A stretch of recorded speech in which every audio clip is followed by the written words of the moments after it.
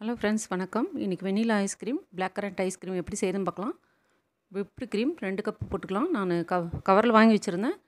Use பண்ணிவிட்டு மிச்சம் இருக்கிறது பாட்டில் ஊற்றி ஃப்ரீசரில் வச்சுருந்தேன். 2 மணி நேரத்துக்கு முன்னாடி வெளியே வச்சுட்டு எடுத்து இந்த மாதிரி போட்டு அடிச்சுக்கலாம். 1 நிமிஷம் அடித்தப்புறம் 1 கப்பு மில்க் மெய்ட் போட்டுக்கலாம். 2 கப்பு க்ரீம் போட்டால் 1 கப்பு மில்க் மெய்டு ஸ்வீட் சரியாக போகும். நல்லா அடிச்சுக்கலாம். இது அடிக்கும் போதே நம்ம கொஞ்சமாக வெண்ணிலா எசன்ஸ் போட்டுக்கலாம். அந்த கிளிப் வந்து மிஸ் ஆகிடுச்சுங்க.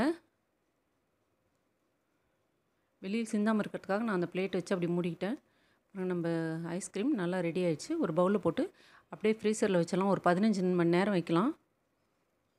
ஏர்டைட் பாக்ஸில் மூடி வச்சுக்கலாம்.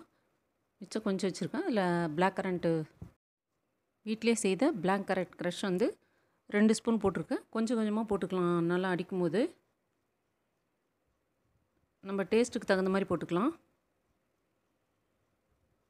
ரொம்பவே டேஸ்ட்டு சூப்பராக இருக்குங்க. ஒரு பைப்பிங் பேக்கில் போட்டுக்கிறேன். பாருங்க, நல்லா சூப்பரான டேஸ்டியான ஐஸ்கிரீம் ரெடி ஆகிடுச்சு. நான் செய்த உடனே இந்த மாதிரி காமிக்கிறேங்க. ஃப்ரீசரில் வச்சு சாப்பிட்டிங்கன்னா ரொம்ப நல்லாயிருக்கும். ஒரு 15 மணி நேரம் வச்சிடலாம் நம்ம. அதுக்கப்புறம் நம்ம ஐஸ்கிரீம் ரெடி ஆகிடும்.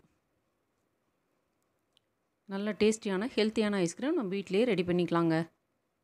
ரெசிபி பிடிச்சிருந்தால் லைக் பண்ணுங்கள், ஷேர் பண்ணுங்கள், சப்ஸ்கிரைப் பண்ணுங்கள். தேங்க்யூ.